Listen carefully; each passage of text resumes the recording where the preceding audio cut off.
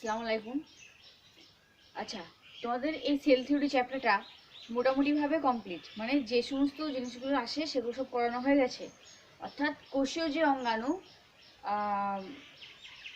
ভ্যাকুয়েলস, chloroplast, nucleus, তারপর তোমার endoplasmic reticulum, lysosome, তারপর সেন্ট্রিওল বা সেন্ট্রোজোম, ওকে, গলগি বডি, এগুলো তোমাদের কমপ্লিট, যেগুলো পরীক্ষাতে একটা কোশ্চেন এসে থাকে, শর্ট কোশ্চেন বা 5 মার্কসের একটা কোশ্চেন এখান থেকে পেয়ে যাবে। যে দুটো জিনিস আমি আগেও বলেছিলাম যে মাইটোকন্ড্রিয়া তোমাদের ক্লাস 11-এর বোর্ডের ফাইনালের দুবার রিপিট হয়েছে, তো ওটা আসার সম্ভাবনা নেই, তবুও একবার রিডিং পড়ে রাখবে কিছু এমসিকিউ কোশ্চেনের জন্য। বাট পড়ানো গঠন স্ট্রাকচার মুখস্থ করা দরকার নেই, পরীক্ষাতে চলে এসেছে। আর বাকি আছে রাইবোজোম, যে রাইবোজোমটাও গতবারে পরীক্ষা এসে গেছিলো, তো ওগুলোকে জাস্ট রিডিং পড়ে রাখবে, ঠিক আছে?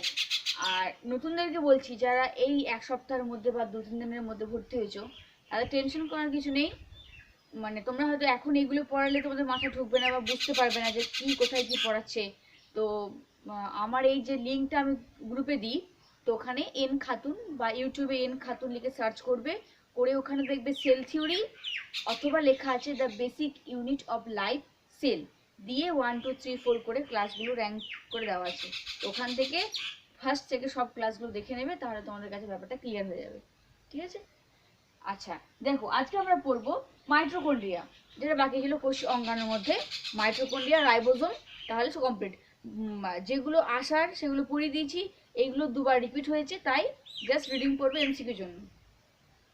পড়ানো স্ট্রাকচার ইম্পর্টেন্ট নয়, কারণ দুবার চলে এসেছে। দেখো, তার আগে মাইটোকন্ড্রিয়া বলার আগে বলি যে কোষীয় অঙ্গাণু বলেছিলাম যে কোষীয় অঙ্গাণু কয়েক প্রকার, হয়তো 2 প্রকার। একটা হচ্ছে তোমার কি একক পর্দাবিষ্ট কোষীয় অঙ্গাণু, আর দ্বি-একক পর্দাবেষ্টিত কোষ অঙ্গাণু বা পর্দাবিহীন কোষ অঙ্গাণু, তাই না? অর্থাৎ কোষের বাইরে, সেলের বাইরে, সেল হচ্ছে কি জীবনের গঠনগত একক। অর্থাৎ আমাদের সারা দেহ কি দ্বারা গঠিত? সেল দ্বারা গঠিত। আমরা হচ্ছে মাল্টি সেলুলেটেড অর্গানিজম বা বহু কোষীয় প্রাণী। এই যে সেল, সেই কোষের বাইরে যে বাইরের যে আবরণ বা আস্তরণ, যাকে বলা হচ্ছে কোষ পর্দা বা মেমব্রেন বা কোষ লেয়ার। তো এই যে কোষীয় পর্দা, কোষ, সেটা হচ্ছে তোমার 2 প্রকার হতে পারে। দেখো, এক হচ্ছে পর্দাবিহীন কোষ অঙ্গাণু, কাদের দেখা যায়?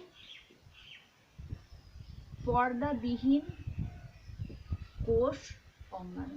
পর্দাবিহীন কোষ অঙ্গাণু মানে যে সমস্ত কোষীয় অঙ্গাণুর মধ্যে কোনো পর্দা থাকে না, তাকে বলা হচ্ছে পর্দাবিহীন কোষ অঙ্গাণু। যেমন রাইবোজোম, রাইবোজোমে কিন্তু পর্দা ঘেরা কোষ অঙ্গাণু নয়, এটা, এখানে পর্দা থাকে না। কোষ অঙ্গাণুর কাজ কি? না, কোষের যে বিপাকীয় নিয়ন্ত্রণগুলোর, বিপাকীয় যে ক্রিয়া কার্যকলাপ, সেগুলোকে নিয়ন্ত্রণ করা হচ্ছে কোষের যে বিভিন্ন কোষীয় অঙ্গাণু, endoplasmic reticulum, Golgi body, lysosome, তারপর তোমার ভ্যাকুয়েলস ইত্যাদি, প্লাস্টিড, নিউক্লিয়াস। আর একক পর্দাবিষ্ট কোষ অঙ্গাণুগুলোর নাম কি? একক পর্দাবেষ্টিত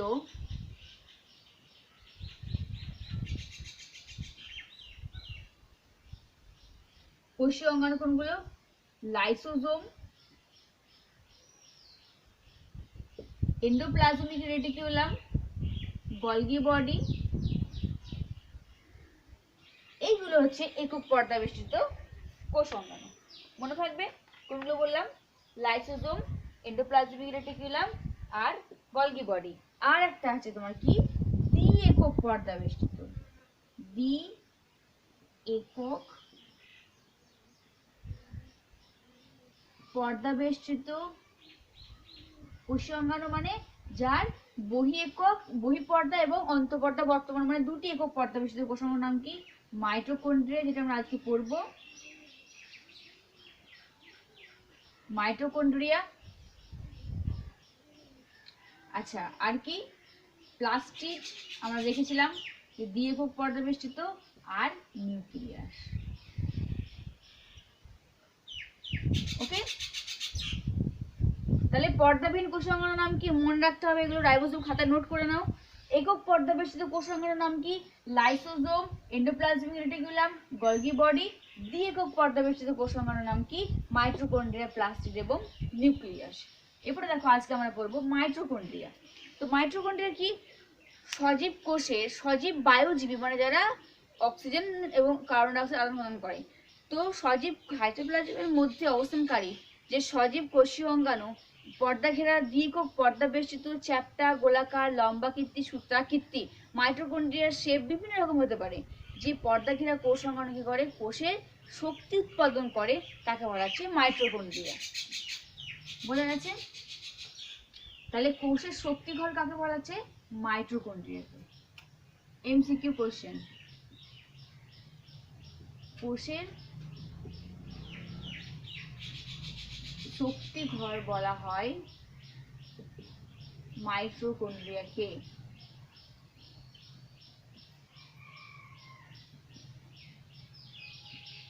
ওকে, অর্থাৎ কি করে না বিপাকীয় শক্তি উৎপন্ন করে। তাহলে কি বললাম? আদর্শ কোষ সাইটোপ্লাজমের মধ্যে অবস্থানকারী, অবশ্যই সাইটোপ্লাজমে থাকবে, প্রোটোপ্লাজমের মধ্যে সাইটোপ্লাজম, সাইটোপ্লাজমের মধ্যে কোষীয় অঙ্গাণু। বর্তমান সাইটোপ্লাজমে অবস্থানকারী হচ্ছে বিক্ষিপ্তভাবে ছড়িয়ে থাকা যে পর্দা বেষ্টিত গোলাকার ডিম্বাকার সূত্রাকার সমস্ত কোষীয় প্রয়োজনীয় শক্তি উৎপন্ন করে, তখন তাকে বলা হচ্ছে মাইটোকন্ড্রিয়া। বা যে সকল কোষ অঙ্গাণু সাবাত শোষণে কেদ চক্র সম্পন্ন করে তখন তাকে বলা হচ্ছে মাইটোকন্ড্রিয়া। ওকে, আচ্ছা, মাইটোকন্ড্রিয়া উৎপত্তি। মাইটোকন্ড্রিয়া উৎপত্তি কোথা থেকে? অনেকেই বলেন যে মাইটোকন্ড্রিয়া উৎপত্তি হচ্ছে কোষ পর্দা ও নিউক্লিয় পর্দা থেকে।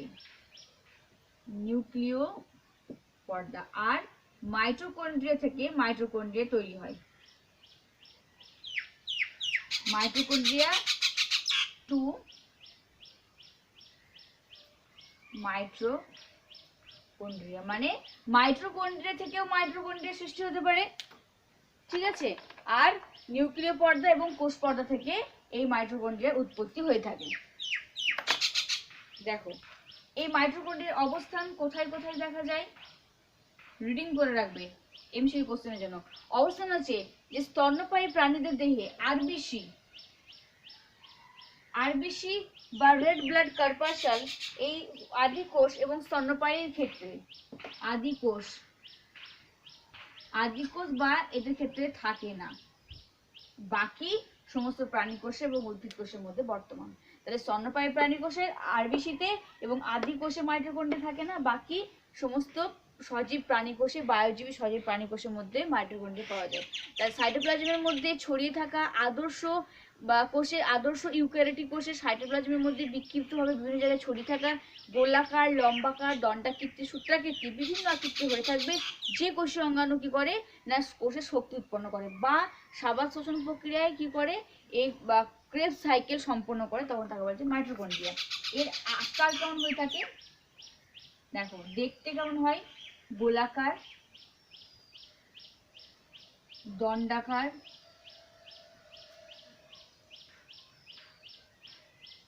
সূত্রাকার হয়ে থাকে এর আকার আকৃতি।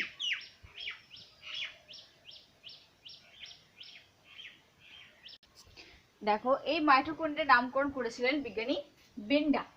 ওকে, এটা মনে রাখবেন। আচ্ছা, এরপর আমরা দেখবো যে মাইটোকন্ড্রিয়ার স্ট্রাকচার বা পরাণু গঠন। পরাণু গঠন আর মাইটোকন্ড্রিয়া।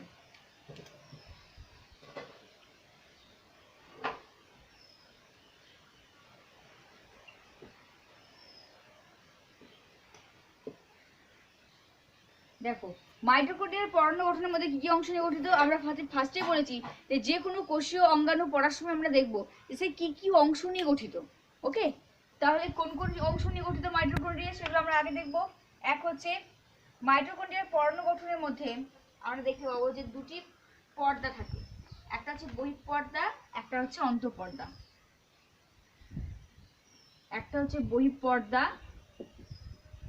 সেকেন্ড হচ্ছে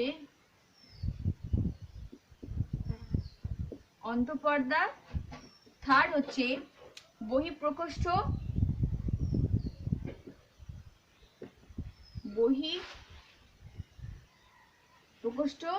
আর ফোর্থ হচ্ছে অন্তঃপ্রকোষ্ঠ। চারটে অংশ বহিঃপর্দা, অন্তঃপর্দা, বহিঃপ্রকোষ্ঠ, অন্তঃপ্রকোষ্ঠ নিয়ে গঠিত হচ্ছে মাইটোকন্ড্রিয়ার স্ট্রাকচার অর্থাৎ পরাণু গঠন। ওকে, দেখো যে ফার্স্ট আমরা মাইটোকন্ড্রিয়ার পরাণু গঠনের মধ্যে দেখবো যে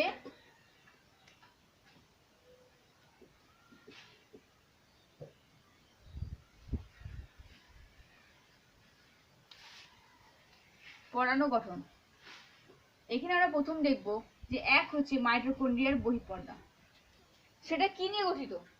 দেখো, আদর্শ মাইটোকন্ড্রিয়াকে যদি ড্র করি তাহলে দেখবো যে আদর্শ মাইটোকন্ড্রিয়ার মধ্যে দুটি একক পর্দা বেষ্টিত অংশ থাকে। যেমন ধরো এটা হচ্ছে মাইটোকন্ড্রিয়া, ওকে। তো এই মাইটোকন্ড্রিয়ার এই ভিতরে দেখো এই যে জিনিস লক্ষ্য করছো, ভালো করে দেখবে,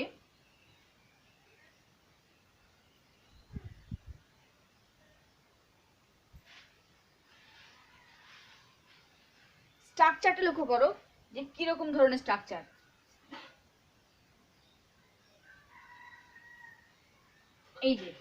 এই যে অংশ দেখতে পাচ্ছ যাকে আমরা বলছি বহিঃপর্দা, এটা হচ্ছে বহিঃপর্দা। আর এই ভিতরে হচ্ছে অন্তঃপর্দা। আর এই যে আঙ্গুলের মতো যে স্ট্রাকচার দেখতে পাচ্ছ এদেরকে বলা হচ্ছে ক্রিস্টি, একে বলা হয় ক্রিস্টি বা ক্রিস্টা। দেখো মাইটোকন্ড্রিয়ার গঠনটা হচ্ছে খুব সুন্দর একটা গঠন, মনে রাখবে। হ্যাঁ, মাইটোকন্ড্রিয়ার গঠনটা হচ্ছে খুব সুন্দর একটা স্ট্রাকচার, ওকে, এবং খুব ইজি। দেখো এই যে ভিতরে যেগুলো দেখাচ্ছে আঙ্গুলের মতো, সেগুলো যে কি না অন্তঃপর্দা ভাঁজপ্রাপ্ত হয়ে যে অংশ গঠন করতে হবে ক্রিস্টি বা ক্রিস্টা। তাহলে এখানে রাইবোজোম বর্তমান থাকে, অন্তঃপর্দা, বহিঃপর্দা, ক্রিস্টি এবং F1 বস্তু। F1 বস্তুটা কি সেটা বলছি, ক্রিস্টিটা কি সেটা বলছি। তো প্রথম আমরা পরাণু গঠনের মধ্যে দেখেছিলাম যে এক হচ্ছে বহিঃপর্দা, তাই না?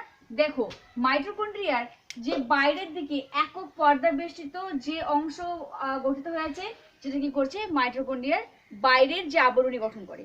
তাহলে মাইটোকন্ড্রিয়ার মধ্যে বর্তমানকারী একক পর্দা বিশিষ্ট বাইরের দিকে যে অংশ আবরণী তাকে বলা হচ্ছে বহিঃপর্দা, যেটা বাইরের আবরণীকে তৈরি করে।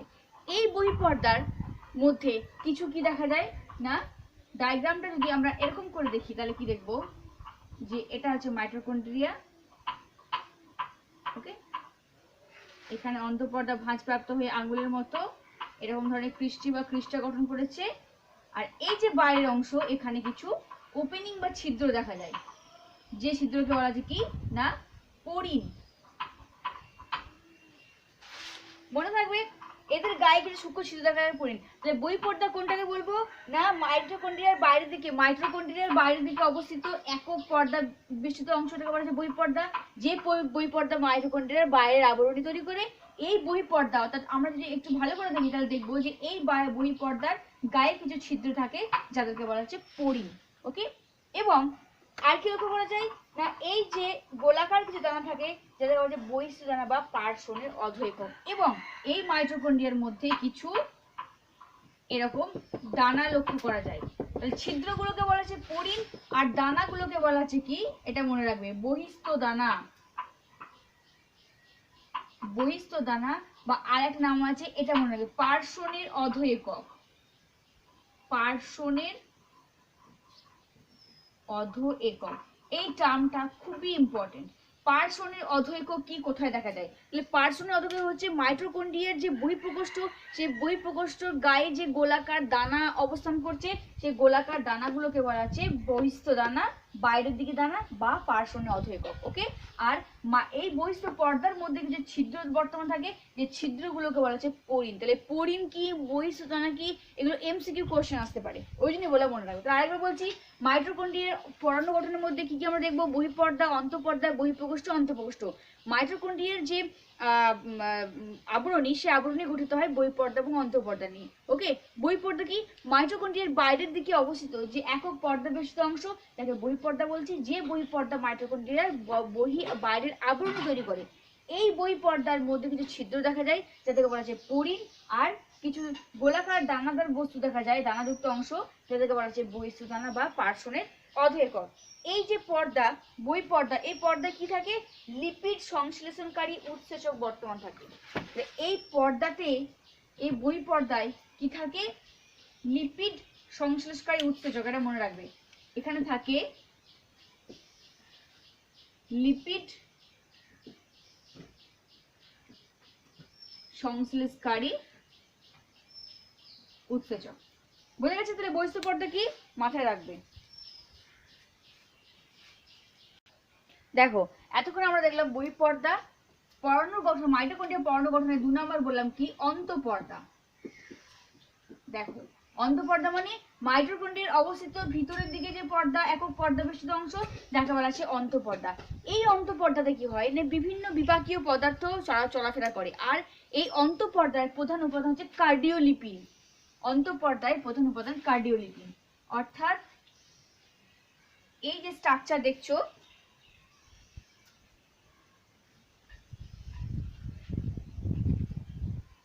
তো এর যে ভিতরের যে অংশ, যেটাকে আমরা বলছি ভাঁজপ্রাপ্ত হয়ে যে অংশ গঠন করেছে, এটাকে বলছি কৃষ্টি বা কৃষ্টা। ওকে, এটা হচ্ছে অন্তঃপর্দা।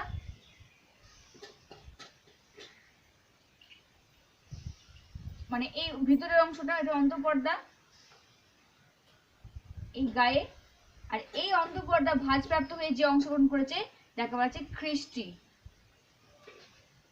অন্তঃপর্দা ভাঁজপ্রাপ্ত হয়ে যে গঠন সৃষ্টি করেছে, তাকে বলা হচ্ছে কৃষ্টি। আর এই যে কৃষ্টি, এই কৃষ্টির মাঝের যে স্পেস দেখতে পাচ্ছ, দুটো কৃষ্টির মাঝখানে যে স্পেস, এই স্পেসটাকে বলা হচ্ছে ইন্ট্রাক্রিস্টাল স্পেস। এটাকে বলা হচ্ছে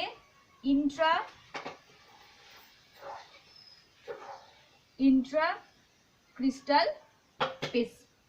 দুটি ক্রিস্টাল মধ্যবর্তী যে জায়গা, তাকে বলা হচ্ছে কি ইন্ট্রাক্রিস্টাল স্পেস।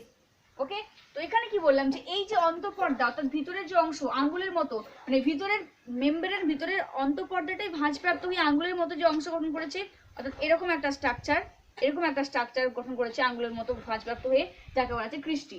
সেই কৃষ্টির দুটি কৃষ্টির মধ্যবর্তী স্থান করা হচ্ছে ইন্টারক্রিস্টাল স্পেস। আর এই অন্তঃপর্দার প্রধান উপাদানটা হচ্ছে তোমার কার্ডিওলিপিন। বোর্ডটা ছোট, তো ডায়াগ্রামগুলো মুছতে হচ্ছে। দেখো ওরা মুছে দিচ্ছি তাহলে।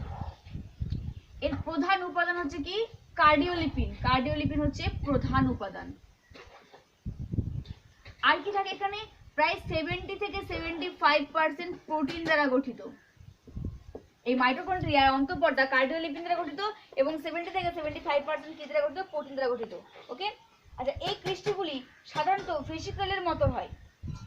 ওকে, অর্থাৎ কৃষ্টিগুলো কেমন হয় না, এরকম ধরনের ভাঁজপ্রাপ্ত, বলছে ভেসিকলের মতো দেখতে হয়।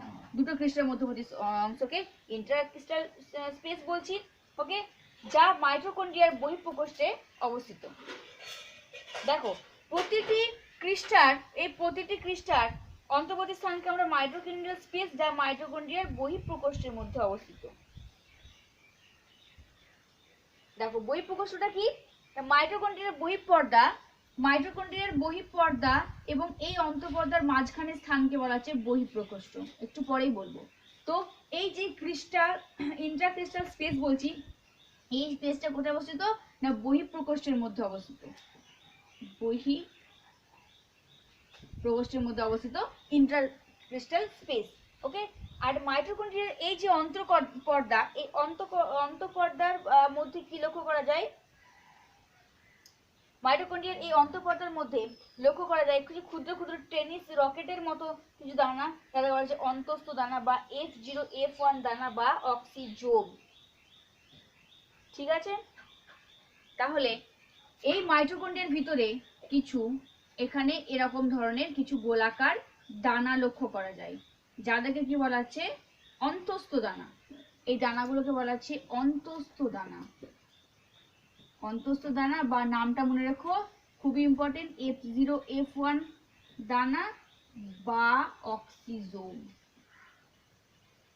হয়ে গেল মাইটোকন্ড্রিয়াল স্ট্রাকচার।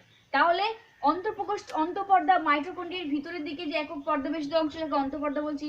প্রত্যেকটি অন্তঃপর্দার মেন উপাদান কার্ডিওলিপিন এবং এখানে বিপাকীয় বিভিন্ন পদার্থ অবস্থান করে এবং প্রধান উপাদান কার্ডিওলিপিন, 70 থেকে 75% প্রোটিন বর্তমান। প্রত্যেকটি অন্তঃপর্দাগুলি ভাঁজপ্রাপ্ত হয়ে আঙ্গুলের মতো যে স্ট্রাকচার গঠন করেছে, তাকে বলা যায় কৃষ্টি বা কৃষ্টা। দুটি ক্রিস্টাল মধ্যবর্তী অংশকে বলছে ইন্টারক্রিস্টাল স্পেস, যে ইন্টারক্রিস্টাল স্পেসটা বহিঃপ্রকোষ্ঠের মধ্যে অবস্থিত। বহিঃপ্রকোষ্ঠ কাকে বলবো, অন্তঃপর্দা এবং বহিঃপর্দার মাঝখানে যে অঞ্চল, যাকে বলছে বহিঃপ্রকোষ্ঠ। এবং এই অন্তঃপর্দা বা ক্রিস্টার মধ্যে কিছু দানা লক্ষ্য করা যায়, যাকে বলা হচ্ছে অন্তঃস্থ। যেহেতু ভিতরের দিকে অবস্থিত, ক্রিস্টালতে অবস্থিত দানা, তাই বলা হচ্ছে অন্তঃস্থ দানা বা F0F1 দানা বা অক্সিজোম। বোঝা গেছে? এই যে টেনিস রকেটের মতো দেখতে অক্সিজোম, এর আবার কতগুলো গঠন দ্বারা গঠিত। দেখো, এই যে বললাম যে অন্তঃপর্দায় ক্রিস্টার মধ্যে, এগুলো হচ্ছে ক্রিস্টা, তো ক্রিস্টার মধ্যে যে দানা লক্ষ্য করা যায় তাকে বলা হচ্ছে অন্তঃস্থ দানা। কি বলা হচ্ছে না, মাইটোকন্ড্রিয়ার মধ্যে, এটা এটা মনে রাখবে, মাইটোকন্ড্রিয়ার মধ্যে টেনিস রকেটের মতো যে ক্ষুদ্র দানা দেখা যায় তাকে বলা হচ্ছে F0F1 দানা বা অন্তঃস্থ দানা। ভীষণ ইম্পর্টেন্ট, মনে রাখবে। বা আর একটা নাম আছে, এই নামটা হচ্ছে খুব ইম্পর্টেন্ট, সেটা হচ্ছে কি মনে রাখবে, ফার্নান্ডেজ মোরান অধ একক। ফার্নান্ডেজ মোরান অধ একক। ফার্নান্ডেজ মোরান তোমার বিজ্ঞানী ফার্নান্ডেজ মোরান, তিনি এটাকে অবজার্ভ করেছিলেন, তাই বিজ্ঞানী নাম অনুসারে নামকরণ হয়েছে। তাহলে বারবার বলছি, এটা মনে রাখবে। বই পর্দাতে বললাম যে দানা দেখা যাকে বলা যায় কি পার্সন অধ একক, আর অন্তঃপর্দা জানা যায় ফার্নান্ডেজ মোরান অধ একক। এই দুটি নামকে বারবার মনে রাখবে, এটা এমসিকিউ কোশ্চেন, খুব ইম্পর্টেন্ট। F0F1 বা অন্তঃস্থ বা ফার্নান্ডেজ মোরান অধ একক বা অক্সিজোম, এতগুলো নাম বা অক্সিজোম বলা হয়। তো এই যে F0F1 বা অক্সিজোম কথা বলছি, সেই অক্সিজোমটা কেমন দেখতে দেখো।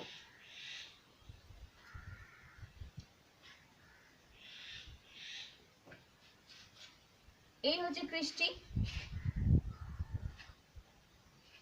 যদি আমরা এই একটা আঙ্গুলের ভাঁজ প্রাপ্তকে আমরা যদি এভাবে তুলে দেখাই, তাহলে এরকম দেখাবে, তাই না? যার এটা হচ্ছে কি বহিঃপর্দা, বোঝা গেছে?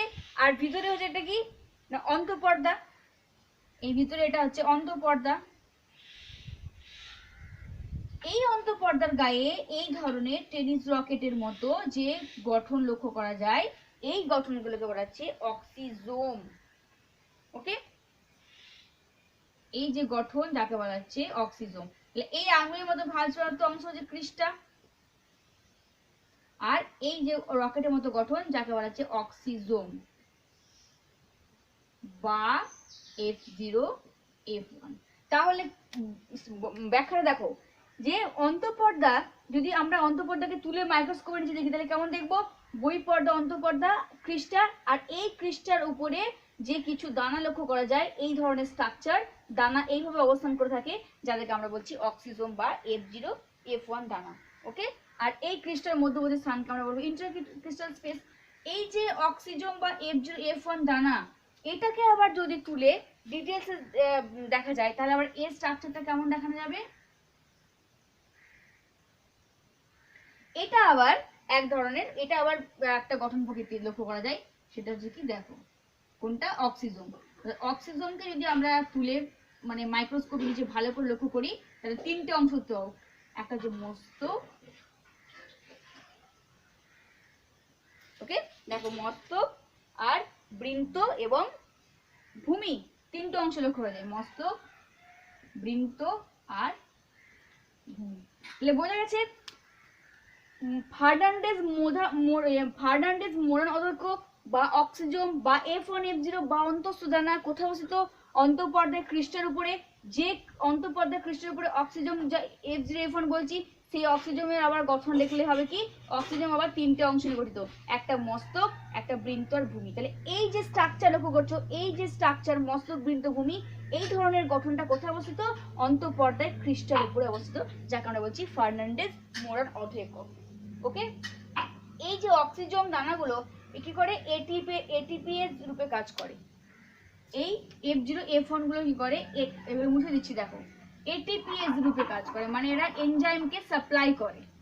কি করে? এটিপিএস রূপে কাজ করে। কে কাজ করে? না, F0 F1 বা যেটাকে আমরা কি বললাম একটু আগে অক্সিজোম, যারা এটিপিএস রূপে কাজ করে, মানে এনজাইমকে সাপ্লাই করে।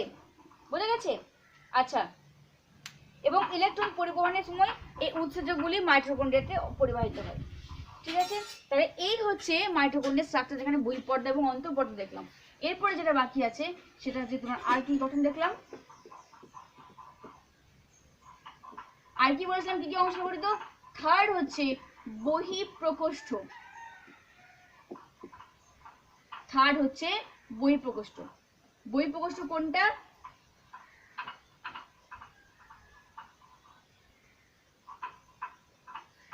দেখো কোনটাকে বলবো আমরা বহিঃপ্রকোষ্ঠ?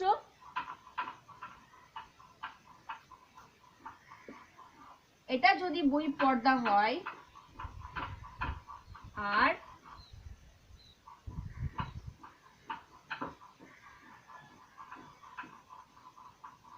এই ভিতরের দিকে এটা হচ্ছে অন্তঃপর্দা, তাহলে এই বহিঃপর্দার ভিতরের দিকে প্রকোষ্ঠটাকে বলা হচ্ছে বহিঃপ্রকোষ্ঠ, এটাকে বলা হচ্ছে বহিঃপ্রকোষ্ঠ। এক কথায় বহিঃপর্দা এবং অন্তঃপর্দার মধ্যবর্তী যে অংশটা যাকে বলা হচ্ছে কি না বহিঃপ্রকোষ্ঠ। মাইটোকন্ড্রিয়ার বহিঃপর্দা এবং অন্তঃপর্দার মাঝখানে অবস্থিত বহিঃপ্রকোষ্ঠ, একে বলা হয় পেরি মাইটোকন্ড্রিয়াল স্পেস। এই যে বহিঃপর্দা অন্তঃপর্দার মধ্যবর্তী স্থানকে বলা হয় বহিঃপ্রকোষ্ঠ বা পেরি মাইটোকন্ড্রিয়াল স্পেস,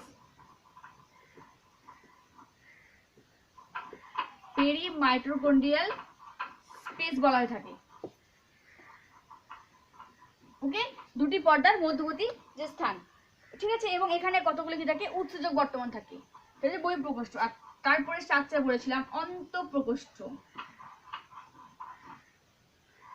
অন্তঃপ্রকোষ্ঠ কাকে বলবো? যে মাইটোকন্ড্রিয়ার অন্তঃপর্দা ঘেরা ভিতরের প্রকোষ্ঠকে বলা হচ্ছে অন্তঃপ্রকোষ্ঠ। অর্থাৎ এই যে ক্রিস্টাল যেখানে বর্তমান, এই যে ঘেরা অন্তঃপর্দা দিয়ে ঘেরা অংশটাকে বলা হচ্ছে অন্তঃপ্রকোষ্ঠ। অন্তঃপ্রকোষ্ঠ যেখানে কি অবস্থান করছে ক্রিস্টি বা ক্রিস্টা। ওকে, এখানে যে অর্ধতরল বর্তমান থাকে এই অন্তঃপ্রকোষ্ঠের মধ্যে, সেখানে কিছু কি থাকে না ধাত্র বা ম্যাট্রিক্স অবস্থান করে, কিছু রাইবোসোম থাকে, ক্রেবস চক্র, অ্যামাইনো অ্যাসিড এবং ফ্যাটি অ্যাসিড, ক্যালসিয়াম ইত্যাদি কেলাস বর্তমান থাকে। তাহলে এই অন্তঃপ্রকোষ্ঠ যেটা বলছি অন্তঃপর্দা দিয়ে ঘেরা অন্তঃপ্রকোষ্ঠে কি থাকে ধাত্র থাকে, আচ্ছা আর কি থাকে প্রোটিন থাকে, রাইবোসোম থাকে, অ্যামাইনো অ্যাসিড থাকে, ক্যালসিয়াম থাকে, যেগুলো ক্রেবস চক্র করার সময় সাহায্যকারী উপাদান হিসেবে পরিচিত। বোঝা গেছে? তাহলে এই হচ্ছে মাইটোকন্ড্রিয়ার স্ট্রাকচার। বহিঃপর্দা অন্তঃপর্দা, বহিঃপ্রকোষ্ঠ অন্তঃপ্রকোষ্ঠ, পার্শ্বনীয় অধঃএকক কি, পুরিন কি, ফার্নান্ডেজ মোরার অধঃক্ষেপণ অধঃএকক কি, বা F0F1 কি, বা অক্সিজম কি। যখন জিজ্ঞাসা করবে যে ফার্নান্ডেজ মোরার অধঃএকক বা F0F1, তখন বলতে হবে যে মাইটোকন্ড্রিয়ার অন্তঃপর্দার গায়ে অবস্থিত যে সূক্ষ্ম সূক্ষ্ম টেনিস রকেটের মতো সূক্ষ্ম সূক্ষ্ম স্ট্রাকচার গঠন প্রকৃতি লক্ষ্য করা যায়, তাকে বলা যায় F0F1 বা অক্সিজম। এই অক্সিজম আবার তিনটে অংশ নিয়ে গঠিত, কি ভূমি, বৃন্ত এবং কি দ্বারা না মস্তক, তিনটে অংশ। আর এই এই যে অক্সিজম যেটা এটিপিএস কে সিনথেটাইজ রূপে কাজ করে, এই কথাগুলো এক নম্বর জন্য বলতে হবে। তো এই হলো আমরা আজকে দেখলাম যে মাইটোকন্ড্রিয়ার পরমাণু গঠন।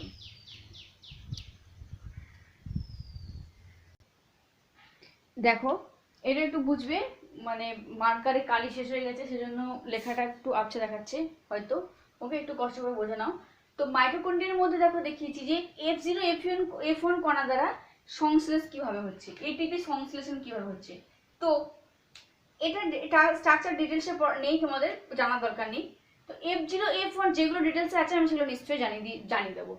F0F1 কণা, প্রথম কথা হচ্ছে এটা কি, এই যে বললাম অক্সিজম যেটা অন্তঃপর্দার মধ্যে অবস্থিত F0F1 কণা, এটা হচ্ছে আসলে পলিপেপটাইড দ্বারা গঠিত একটা উৎসেচক। পলিপেপটাইড মানে অনেকগুলো পলিপেপটাইড বিভিন্ন রকম হতে পারে, যে পেপটাইড চেন অর্থাৎ অ্যামাইনো অ্যাসিড প্রোটিনের একটা শৃঙ্খল, যে প্রোটিনের একটা চেন দিয়ে গঠিত একটা উৎসেচক হচ্ছে F0F1 বা অক্সিজম। ক্লিয়ার? তাহলে এখানে কি হচ্ছে বিভিন্ন ধরনের উৎসেচক বর্তমান থাকে যেগুলো সাহায্য করে এটিপি সংশ্লেষণ করতে, এডিপি থেকে এটিপি উৎপন্ন হতে সাহায্য করা হচ্ছে কোনগুলো না উৎসেচকগুলো। তো এখানে স্ট্রাকচারের মধ্যে বলেছিলাম F0F1। তো F0 হচ্ছে যে এই যে বেস বা ভূমি, যে হাতলের মতো যে স্তম্ভ, সে হাতলের মতো অংশটাকে বলা যায় F0, আর F1 বলবো কোনটাকে, এই যে গোলাকৃতি অংশ যাকে আমরা বলবো F1, আর এটা হচ্ছে F0। F0 হচ্ছে ভূমির দিকে হাতলের মতো অংশ, যেটা মাইটোকন্ড্রিয়ার অন্তঃপর্দার সঙ্গে গেঁথে থাকে, গভীরভাবে পতিত মানে অবস্থান করছে F0টা। ওকে, আর F1 হচ্ছে গোলাকার অংশ। F0 কি কি অংশ নিয়ে গঠিত? দেখো প্রথমে F1 বলি। F1 হচ্ছে কিছু বললাম পলিপেপটাইড নিয়ে গঠিত একটা উৎসেচক। তাহলে কোন কোন পলিপেপটাইড বর্তমান থাকে F0 এর মধ্যে? দেখো এই যে স্ট্রাকচারটা, এটা আমরা সম্পূর্ণ ভাবে দেখতে পাবো না। তিনটে সামনের দিকে আছে, তিনটে পিছন দিকে পেপটাইড অবস্থিত, পলিপেপটাইড চেন। কি কি? আলফা, দেখো এটা একটা আলফা চেন, এটা একটা আলফা পলিপেপটাইড, আর একটা হচ্ছে তোমার এটা 1 2 3, তিনটে আলফা, একটা বিটা চেন, দুটো বিটা চেন, তিনটে বিটা ডেল্টা, এটা একটাই ডেল্টা, একটা ডেল্টা, এই যে লম্বা যে অংশটা পলিপেপটাইড চেন গামা, আর একটা হচ্ছে এপসাইলন। তাহলে তিনটে আলফা, তিনটে বিটা, আর হচ্ছে তোমার একটা ডেল্টা, একটা গামা, একটা এপসাইলন নিয়ে গঠিত পলিপেপটাইড যে একটা উৎসেচক হচ্ছে F1। তাহলে F1 হচ্ছে গোলাকৃতি অংশ, F0 হচ্ছে দণ্ডাকার যে অংশটা মাইটোকন্ড্রিয়ার মধ্যে অন্তঃপর্দে পতিত থাকে। এইগুলো কি? এইগুলো হচ্ছে প্রোটিন এবং লিপিডের বাইলেয়ার, যার হেড পোর্শনটা দেখো হাইড্রোফিলিক আর টেল পোর্শনটা হাইড্রোফোবিক। অর্থাৎ কোষ প্লাজমা পর্দা পড়ানোর সময় বলবো যে এই যে স্ট্রাকচারটা আছে না, এটাকে বলা হয় টেল আর এটাকে বলা হয় হেড। তো এটা গঠিত হচ্ছে প্রোটিন এবং লিপিড দিয়ে। টেল পোর্শনটা হাইড্রোফোবিক মানে জল ফোবিয়া, জল বিকর্ষী, ওই জন্য ভিতরের দিকে থাকে। আর এই হেড পোর্শনটা হাইড্রোফিলিক মানে জল আকর্ষিতায় বাইরের দিকে অবস্থান করছে। ওকে, যার মধ্যে অবস্থিত F0। তাহলে F1 হচ্ছে গঠিত আলফা বিটা এবং গামা এপসাইলন ডেল্টার চেন দ্বারা, আর F0টা কি দ্বারা গঠিত? আর F0 হচ্ছে দেখো এখানে থাকে একটা সি, একটা বিটা আর 12 সি কমপ্লেক্স নিয়ে গঠিত, দেখতে পাচ্ছ? আর এই যে F0 বলছি, সেই F0 কি থাকে? একটা সি, একটা বি এবং একটা এ হবে, একটা এ, একটা বি এবং 12টা সি পলিপেপটাইড নিয়ে গঠিত। কিন্তু এখানে দেখানো সম্ভব হয়নি, সবগুলো এখানে দেখানো যায়নি। ওকে, কারণ এটা তো 3D চ্যাপ্টার, তো দেখানো সম্ভব নয়।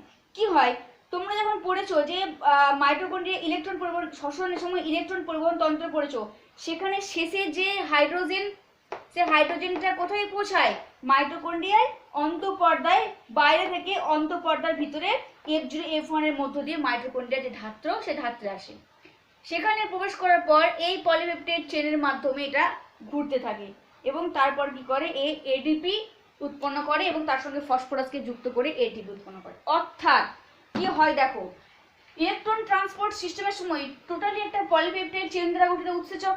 ইলেকট্রন ট্রান্সপোর্ট সিস্টেমের সময় যে হাইড্রোজেনটা পড়ে থাকে, সে হাইড্রোজেনটা কোথায় আসে? মাইটোকন্ড্রিয়ার অন্তঃপর্দা, এই দেখো এইভাবে ঢোকে, এইটা হচ্ছে ঘুরতে থাকে, এটা মানে এভাবে এভাবে ঘুরতে থাকে, এভাবে ঘুরতে থাকে। তো এই যে মাইটোকন্ড্রিয়ার মধ্যে হাইড্রোজেন প্রবেশ করলো, এই হাইড্রোজেনটা কোথায় গেল? মাইটোকন্ড্রিয়ার অন্তঃপর্দায়, অন্তঃপর্দায় গিয়ে কোথায় প্রবেশ করলো? F0 F1 এর মধ্যে। F0 তে গেল প্রথমে, F0 থেকে এটা ঘুরছে, দেখো এটা ঘুরছে, এটা যত ঘুরবে এইভাবে, যত ঘুরবে তত হাইড্রোজেনটা এইভাবে পাক খাবে, খেতে খেতে খেতে খেতে ঘুরে ঘুরে ঘুরে ঘুরে কোথায় প্রবেশ করবে? F0, F0 থেকে F1, F1 এ যাওয়ার পর এই অংশটা কি থাকে? স্টেবল থাকে, এই অংশটাকে ধরে রাখে। এই অংশটা কি করবে? ঘুরবে। যখন এই অংশটা ঘুরতে থাকে, এই ডেল্টা এপসাইলন স্টেবল থাকবে, এই দণ্ডটা ঘুরতে থাকে। এবারে এইটা যখন ঘুরবে তখন দেখো এই হাইড্রোজেনটা F0 তে প্রবেশ করলো, ঘুরতে ঘুরতে সেটা গেল F1 এ। F1 এ যাওয়ার পর এইভাবে একের পর এক পাক খাবে, মানে এরকম করে ঘুরবে। যত আলফা ডেল্টা এবং আলফা বিটা ডেল্টা যত এইভাবে এরকম করে ঘুরবে, তত হাইড্রোজেনটা কি হবে? আস্তে আস্তে আস্তে আস্তে সে এডিপি অ্যাডিনোসিন ডাইফসফেটকে তার সঙ্গে পিআই যুক্ত করবে, দিয়ে ফসফরাস যুক্ত করে এটিপি উৎপন্ন করবে। বোঝা গেছে? অর্থাৎ এটা একটা কি মানে চক্রাকারে আবর্তিত হতে থাকে। হাইড্রোজেন প্রবেশ করলো মাইটোকন্ড্রিয়া অন্তঃগাত্রে, সেখান থেকে সেটা এইভাবে ঘুরতে থাকবে স্ট্যান্ড, থাকার ফলে সেটা F0 প্রবেশ করবে। F0 যখন যাবে তখন এই পুরো পলিপেপটাইড চেনের উৎসেচকটা এইভাবে ঘুরবে, যত ঘুরবে তত কি হবে, হাইড্রোজেনটা পৌঁছাবে কোথায়, F0 F1। এবার এখানে পলিপেপটাইড চেনের উৎসেচকের সহায়তায় অ্যাডিনোসিন ডাইফসফেট প্রেজেন্ট থাকে, সেটা অ্যাডিনোসিন ডাইফসফেটটা এটিপি বা অ্যাডিনোসিন ট্রাইফসফেটে পরিণত হয়, অর্থাৎ এটিপি এজ উৎসেচক সম্পূর্ণ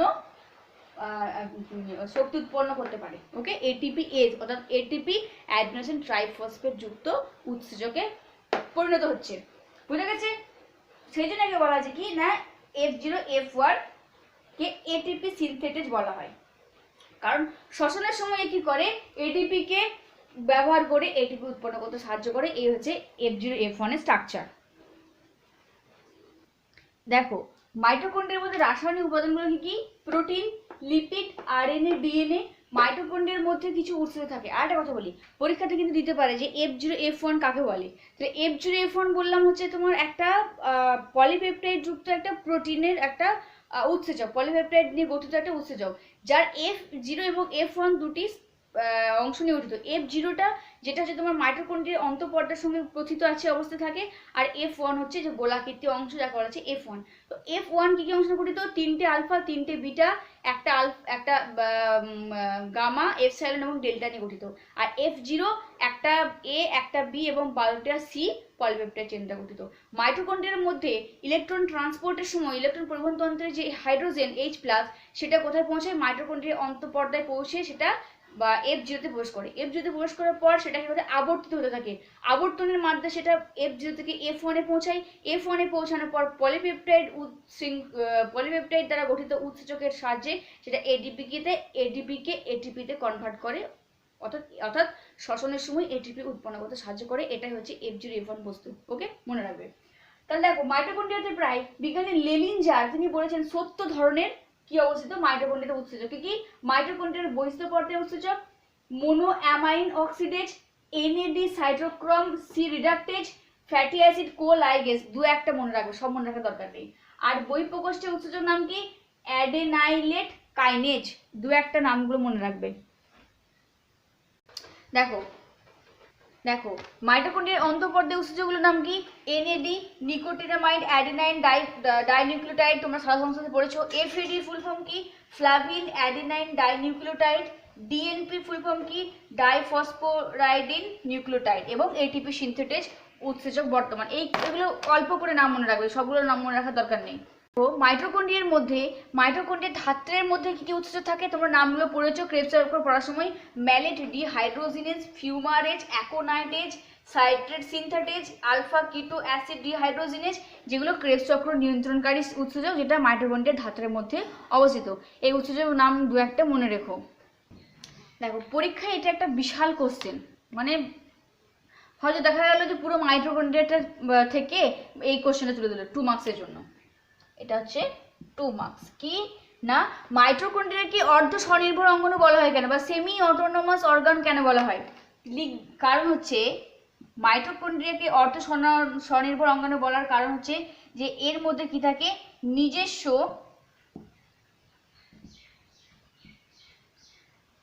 নিজস্ব গোলাকার একটা পেঁচানো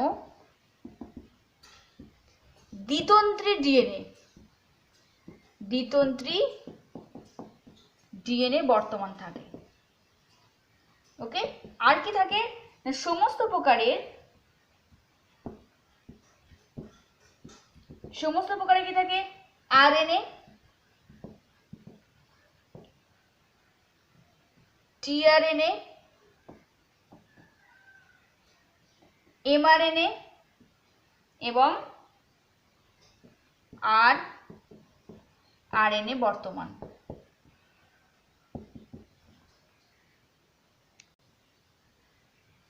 দেখো মাইটোকন্ড্রিয়াকে অর্ধ স্বনির্ভর অঙ্গন বলা হচ্ছে কেন, নিজস্ব গোলাকার দ্বিতন্ত্রী ডিএনএ বর্তমান, সমস্ত প্রকারের টিআরএনএ, আরআরএনএ, এমআরএনএ বর্তমান থাকে, যেগুলো ট্রান্সক্রিপশনে সাহায্য করে। অসংখ্য রাইবোসোম থাকে, যেগুলো প্রোটিন ফ্যাক্টরি এবং প্রোটিন সংশ্লেষে সক্ষমকারী। আর সব প্রজননশীল মানে আপনি একটা ডিএনএ থেকে আরেকটা ডিএনএ উৎপন্ন করতে সক্ষম।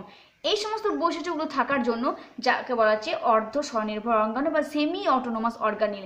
অর্ধ স্বনির্ভর মানে অর্ধেকটা নির্ভরশীল। ওকে, শুধুমাত্র তো কোষ বিভাজন হলেই হবে না, সেই যে তার মধ্যে ডিএনএ আছে বলে একটা মাইটোকন্ড্রিয়া থেকে আরেকটা মাইটোকন্ড্রিয়ার কপি তৈরি হলো, বাট এছাড়াও আদার্স কিছু পারপাসে না থাকার জন্য তাকে অর্ধ স্বনির্ভর অঙ্গাণু বলা হয়ে থাকে। এটা একটা 2 নম্বরের জন্য কোশ্চেনটা করে রাখবে। দেখো মাইটোকন্ড্রিয়ার মধ্যে ডিএনএটা কেমন দেখতে? মাইটোকন্ড্রিয়ার মধ্যে ডিএনএ হচ্ছে ক্ষুদ্র চক্রাকার আর দ্বিতন্ত্রী। কিন্তু আমাদের ক্ষেত্রে ডিএনএ কি? আমাদের ডিএনএ হচ্ছে ডাবল হেলিক্স, তাই তো? আমাদের ডিএনএ হচ্ছে কি দ্বিতন্ত্রী একটা স্ট্রাকচার, তাই না? Double standard. আর এদের হচ্ছে ডাবল স্ট্যান্ডার্ড দ্বিতন্ত্রী কিন্তু ক্ষুদ্র চক্রাকার একটা গঠন, মানে এইরকম ধরনের একটা চক্রাকৃতি গঠন লক্ষ্য করা যায়। বিজ্ঞানী ন্যাস এবং মার্গেট তিনারা প্রথম মাইটোকন্ড্রিয়ার ধাত্রে এই ডিএনএ অনুসন্ধান দিয়েছিলেন। তারা কারা? নামটা মনে রাখবে, বিজ্ঞানী ন্যাস ও মার্গেট প্রথম মাইটোকন্ড্রিয়ার ধাত্রে ডিএনএ তেনারা অবজার্ভ করেছিলেন। মাইটোকন্ড্রিয়ার কাজ ইম্পর্টেন্ট পড়ে রাখবে। গতবারে যেহেতু পড়ানো মাইটোকন্ড্রিয়ার পড়ানো গঠনে ছিল, তাই এই কোশ্চেনগুলো এবার ইম্পর্টেন্ট। এই মাইটোকন্ড্রিয়াকে অর্ধ স্বনির্ভর অঙ্গাণু বলা হয় কেন? পার্সনের অধৈক্য কি? ফার্নান্ডেজ মুলার অধৈক্য কি? F0 F1 কাকে বলে? মাইটোকন্ড্রিয়ার কাজ এগুলো পড়বে। মাইটোকন্ড্রিয়ার কাজ হিসেবে দেখো, আমরা জানি যে মাইটোকন্ড্রিয়ার মধ্যে কোষের শক্তি উৎপন্ন হয়, তাই মাইটোকন্ড্রিয়াকে আমাদের কোষের শক্তিঘর বলা হয়। আমি জাস্ট ব্যাখ্যা করে দিচ্ছি, তোমরা বই থেকে মুখস্থ করে নেবে। তো মাইটোকন্ড্রিয়াকে প্রধান কাজগুলো হচ্ছে সাবাত শ্বসন। সাবাত শ্বসন অর্থাৎ সাবাত শ্বসনে মানে অক্সিজেনের সহায়তায় যে শ্বসন সম্পন্ন হয় তাকে বলা হচ্ছে সবাত শ্বসন। তো সবাত শ্বসনে ক্রেবস চক্রের যে বিক্রিয়া তোমরা পড়েছো, সেই ক্রেবস চক্রের বিক্রিয়াগুলো সম্পন্ন করতে সাহায্য করে মাইটোকন্ড্রিয়া। ভূমিকা অপরিসীম। শক্তিঘর, মাইটোকন্ড্রিয়া অক্সিডেটিভ ফসফোরাইলেশনের মাধ্যমে অর্থাৎ এডিপি থেকে এটিপি উৎপাদন করতে পারে, যাকে বলা হচ্ছে অক্সিডেটিভ ফসফোরাইলেশন।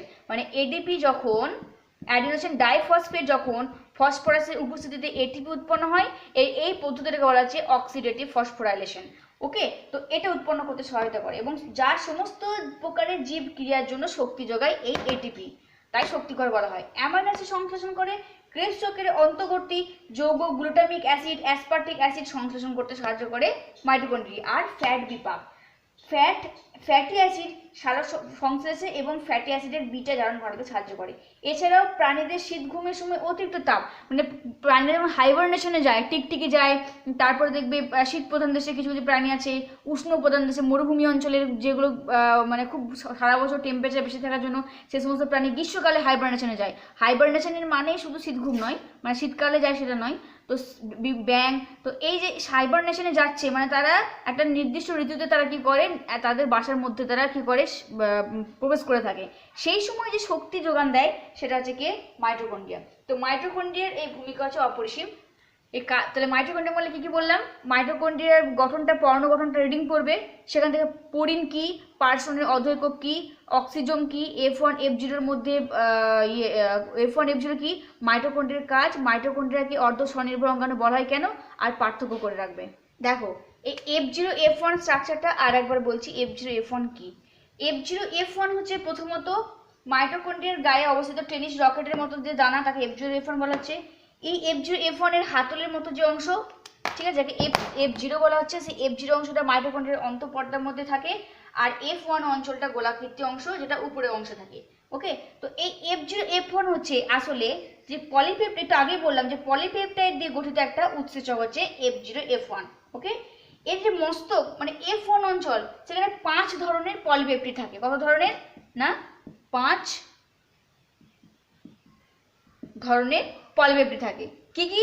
না দেখো, 3টে থাকে আলফা আলফা আলফা আলফা, 3টে আলফা থাকে পলিপেপটাইড যুক্ত, 3টে বিটা থাকে, একটা ডেল্টা, একটা গামা, একটা এপসাইলন। 3টে আলফা চেন, 3টে বিটা চেন, একটা গামা, একটা এপসাইলন, একটা ডেল্টা নিয়ে গঠিত হচ্ছে F1 বা মস্তক অঞ্চল। আর F0 অঞ্চলটা কি নিয়ে গঠিত? একটা হচ্ছে এইটা হচ্ছে গঠিত কি, একটা হচ্ছে A, একটা হচ্ছে B, আর 12টা হচ্ছে C পলিপেপটাইড থাকে এই F0 অঞ্চলের মধ্যে। ঠিক আছে, পুরোটাই পলিপেপটাইড চেন। কি হয় ইলেকট্রন ট্রান্সপোর্ট সিস্টেম বা শ্বসনে ইলেকট্রন পরিবহন তন্ত্রের সময় যে প্রান্তে শেষ প্রান্তে হাইড্রোজেন প্লাস সেটা অন্তঃপর্দার বাইরে থেকে কোথায় প্রবেশ করে, অন্তঃপর্দার বাইরে থেকে সেটা F0 F1 কণার মধ্য দিয়ে চলে মাইটোকন্ড্রিয়ার ধাত্রে আসে। বাইরে থেকে অন্তঃপর্দা প্রবেশ করে, সেখান থেকে দেখো এইভাবে ঘুরছে, অর্থাৎ এইভাবে ঘুরতে থাকে, মানে এই অঞ্চলটা এইভাবে ঘুরতে থাকে।